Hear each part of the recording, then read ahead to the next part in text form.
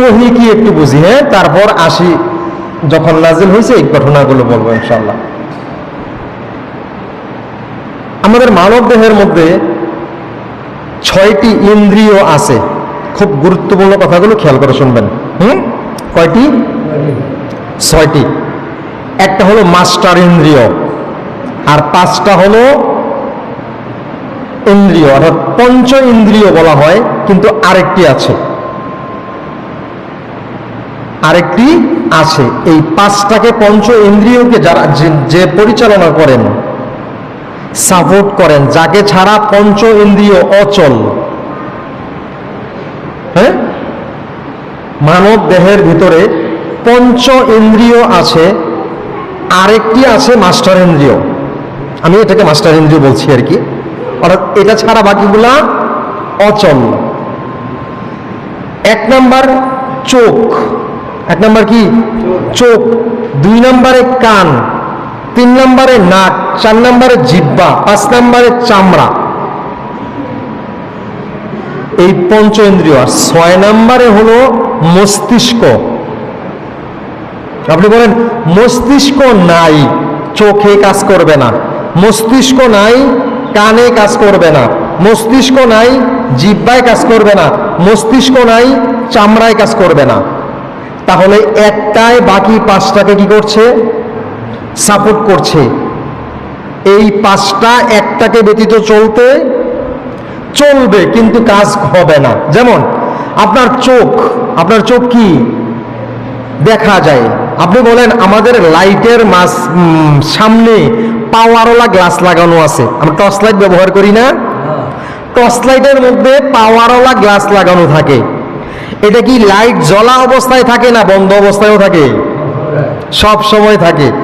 তাইলে যখন সুইচ টিপ দিবেন, লাইট আলো দেবে, তখন পাওয়ারটায় কাজ করে 1/2 কিলোমিটার পর্যন্ত আলো যায়। আর যখন সুইচ বন্ধ থাকে, ব্যাটারি সংযোগ নাই, তখন পাওয়ারওয়ালা গ্লাস থাকে কিন্তু 1 হাতও দূরে যায় না। বুঝে আসছে নে? পাওয়ারওয়ালা গ্লাস থাকে, কিন্তু সুইচ না পাওয়াতে, ব্যাটারির লাইন না পাওয়াতে এটা আর সামনের দিকে অগ্রসর হয় না পাওয়ারে। ঠিক তদ্রুপ আমি মাস্টার ইন্দ্রিয় বললাম মস্তিষ্ক, ব্রেনকে। এই মস্তিষ্ক না থাকলে আপনি চোখে দেখা যায় কিন্তু এটাকে ফিল করা যায় না, আন্দাজ করা যায় না। এটাকে দেখে চোখ, টেনে আনে চোখ, এটাকে বুঝায় যে এটা ঘর, এটা ইট, এটা গাছ, এটা মাছ, এটা যা কিছু আমরা দেখছি, এটাকে বুঝানোর জন্য মস্তিষ্ক কাজ করে। বোঝানোর জন্য মস্তিষ্ক কাজ করে। খুব খেয়াল। আচ্ছা, চোখ।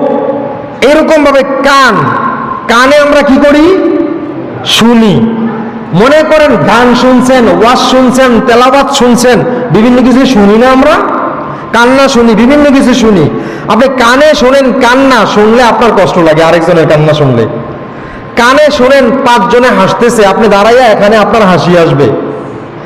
কানে শুনেই কি হাসি আসবে, কানে শুনেই কি কান্না আসবে, কানে শুনেই কি মজা পাওয়া যায়, কানে শুনেই আনন্দ ফিল করা যায়, তাই না? এই যে কানে এক জিনিস দিয়েই শোনা হয়, এক জিনিস দিয়েই শোনা হয়। শোনার পরে কোনটা কান্না, কোনটা আনন্দ, কোনটা ফুর্তি, কোনটা দুঃখ, কোনটা মজা, কোনটা বেদনা, এটাকে বুঝায় মস্তিষ্কে, তাই না? এটাকে বুঝায় মস্তিষ্কে। তো এটাও কানটাকে, কানকেও এটা সাপোর্ট করলো, তাই না? চোখকেও সাপোর্ট করলো, কানকেও সাপোর্ট করলো। তারপরে আসে নাক। নাকের কাছে নিলে ঘ্রাণ পাওয়া যায়। আমি এখন একটা আতর ব্যবহার করে আসছি, আপনি একটা আতর ব্যবহার করে আসছেন, একজনে আরেকটা করে আসছে, এইভাবে করে 10 জনে 10টা আতর ব্যবহার করছে, 10টার ঘ্রাণ একরকম, এক রাস্তা দিয়ে ঢুকে। নাক কি এক রাস্তা না? এক রাস্তায় ঘ্রাণটা ঢুকে। হ্যাঁ, বিভিন্ন ঘ্রাণের বিভিন্ন রকমের ফ্লেভার, এটা বুঝায় মস্তিষ্কে। এটা বুঝায় কিসে? মস্তিষ্কে, ব্রেনে বুঝায়। নাকে ঢুকে, নাকে কি এটা গ্রহণ করে, বুঝায় মস্তিষ্কে। বুঝে আসছে? তাহলে নাককেও মস্তিষ্ক কি করলো? সাপোর্ট করলো। আমি আপনাকে ইন্দ্রিয়টা বুঝাচ্ছি, ওহি কি আমি আলোচনায় আসছি, ঠিক আছে? তারপরে জিহ্বা।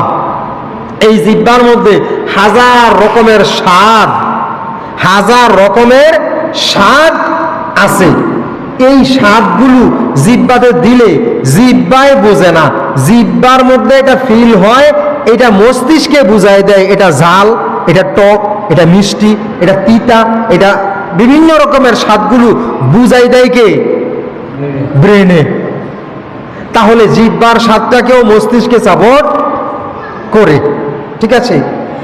এইভাবে তারপর আছে চামড়া, শরীরের চামড়া। আপনি চামড়াতে অল্প একটু কয়েলের আগুন, মেজের আগুন লাগলেই শরীর ছাট করে জ্বলে ওঠে, তাই না? মশায় কামড় দিলে, মশায় কামড় দিছে আঙ্গুলের নখে, একবারে এক কোনায় পুরা শরীর এটাকে কি করে? ব্যথার বোঝা অনুভব হয়। এটা এখানে ব্যথা নয়, ব্যথার অনুভবটা, ব্যথার কষ্টটা, ব্যথার যে দুঃখ বেদনা, বাড়ি দিলে ব্যথার যে অনুভবটা, অথবা আরাম লাগলে, শীত লাগলে, গরম লাগলে যেই অবস্থাটা ফিল হয়, এই ফিলটাকে বুঝাই দেয় মস্তিষ্কে। বুঝাই দেয় কে? মস্তিষ্কে, ব্রেনে। তাহলে এই চামড়াকেও কি করলো? ব্রেনে সাপোর্ট করলো।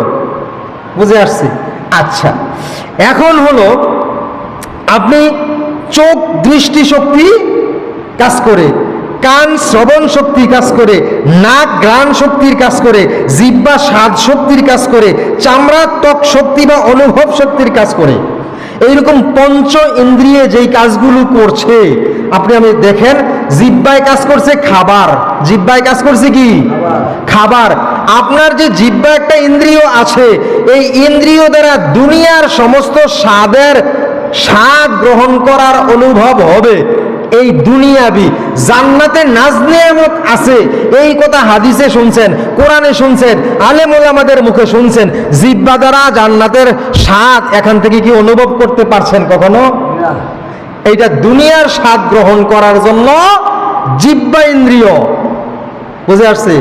চক্ষু ইন্দ্রিয় দুনিয়ার যা কিছু দেখছেন, জান্নাতে হুর আছে, স্বর্ণের তৈরি প্রাসাদ আছে, রূপার তৈরি প্রাসাদ আছে, দুধের নহর আছে, মদের নহর আছে, ফুলবাগান আছে, তলায় তলায় বড় বড় জান্নাত আছে, এইরকম বিভিন্ন কিছু আমরা শুনতে পাই, চোখে কখনো দেখছি? কেন? এই ইন্দ্রিয় দ্বারা দুনিয়া দেখার শক্তি দেওয়া হয়েছে। কি দেখার? দুনিয়া দেখার শক্তি দেওয়া হয়েছে। এই চক্ষু ইন্দ্রিয় দৃষ্টি শক্তি কিন্তু দুনিয়ার দৃষ্টি শক্তি দেখার জন্য, দুনিয়ার যা কিছু দেখার জন্য। এই ইন্দ্রিয়ে দুনিয়ার কাজ করে, আখেরাতের কাজ করে না। জিহ্বায় দুনিয়ার কাজ করে, আখেরাতের কাজ করে না। কান যা কিছু শুনতেছে, দুনিয়ার সব শুনতেছে, জান্নাতের কোরআন তেলাওয়াত কানে শুনতেছে না। তাহলে এটা দুনিয়ার শ্রবণ শক্তি গ্রহণ করার জন্য এটাকে দেওয়া হয়েছে। চোখ ইন্দ্রিয়, কান ইন্দ্রিয়, নাক ইন্দ্রিয়, জিহ্বা ইন্দ্রিয়, চামড়া ইন্দ্রিয়, এই পঞ্চ ইন্দ্রিয় দ্বারা দুনিয়াবি সমস্ত কিছু ফিল করা, দুনিয়াবি সমস্ত কিছু গ্রহণ করার শক্তি দেওয়া হয়েছে। বিদায় এইটা আখেরাতের কোনো কিছুকে গ্রহণ করতে পারে না। মাস্টার ইন্দ্রিয় বললাম মস্তিষ্ককে। এই মস্তিষ্কে বুঝতে পারে জান্নাত কোথায়, মস্তিষ্কে বুঝতে পারে জাহান্নাম কোথায়, মস্তিষ্কে বুঝতে পারে জান্নাত কখন হবে, জাহান্নাম কখন হবে, আখেরাত কিভাবে হবে। এই বিস্তারিত আলোচনাগুলো কোরআন ও হাদিসের মাধ্যমে আমাদের মস্তিষ্কে আটকেছে, মস্তিষ্কে আটকাইছে। এই আটকানোটাকে দুনিয়ার শক্তি, এটা কি দুনিয়ার কোনো কিছু নাকি আখেরাত আটকাইলো? দুনিয়াও আটকাইছে, তার দুনিয়ার ইন্দ্রিয়গুলোকে সাপোর্ট করছে। এটাই কি করছে? সাপোর্ট করছে। আর আখেরাতের বিষয়টা মস্তিষ্কে ধারণ করেছে। যেমন এখন আসেন ওহি, এখন আসেন ওহি। পঞ্চ ইন্দ্রিয় দ্বারা এই দুনিয়াবি বুঝানো সব কিছু অনুভব করা যায়, আখেরাত বুঝা যায় না। মস্তিষ্ক দ্বারা দুনিয়াকে সাপোর্ট করেছে, যেগুলা দুনিয়া বুঝে এগুলাকে সাপোর্ট করছে। এইটাই বুঝতে পারে ওহি, এটাই বুঝতে পারে কি? ওহি। ওহি মানে কোরআন। ওহি মানে কি? কোরআন। আল্লাহ তাআলার পাঠানো কালামুল্লাহ শরীফ, হ্যাঁ, কালামুল কোরআনুল কারীম। তো এইটাকে কিভাবে আসছে খেয়াল, আমি আপনাকে এই যে ইন্দ্রিয় বুঝাইছি, একটু আলোচনার পরে আবার এটা বুঝিয়ে দেব। মুহাম্মাদুর রাসূলুল্লাহ সাল্লাল্লাহু আলাইহি ওয়াসাল্লাম বয়স যখন 40 ছুঁই 40 কাছাকাছি, ঠিক ওই সময়ে হেরা পর্বতের গর্তে বসে আল্লাহ তাআলার সৃষ্টি সম্পর্কে, আল্লাহ তাআলার দুনিয়ার যা কিছু আছে এই সম্পর্কে ধ্যান করতেন। সুবহানাল্লাহ। কি করতেন?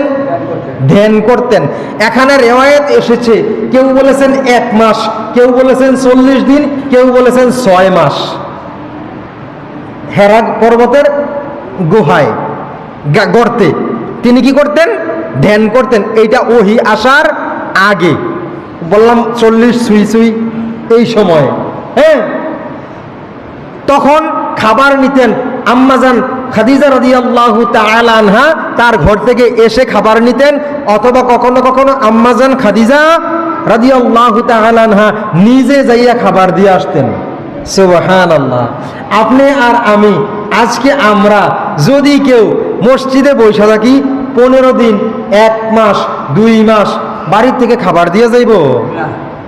ইতিকাফে বসলে 10 দিনে কাছ থেকে যায়, এরপরে বাকি 6 মাস তো দূরের কথা। যাই হোক, আল্লাহ তাআলার রাসূলের আদর্শকে, আল্লাহ তাআলার রাসূলের আদর্শ দেখে, কাজকর্ম দেখে, তার চালচলন দেখে আম্মাজান খাদিজা রাদিয়াল্লাহু তাআলা আনহা তাকে এত মুহাব্বত করতেন, তিনি কেন ওখানে যান প্রশ্ন করতেন না। সুবহানাল্লাহ। কেন ওখানে যান প্রশ্ন করতেন না।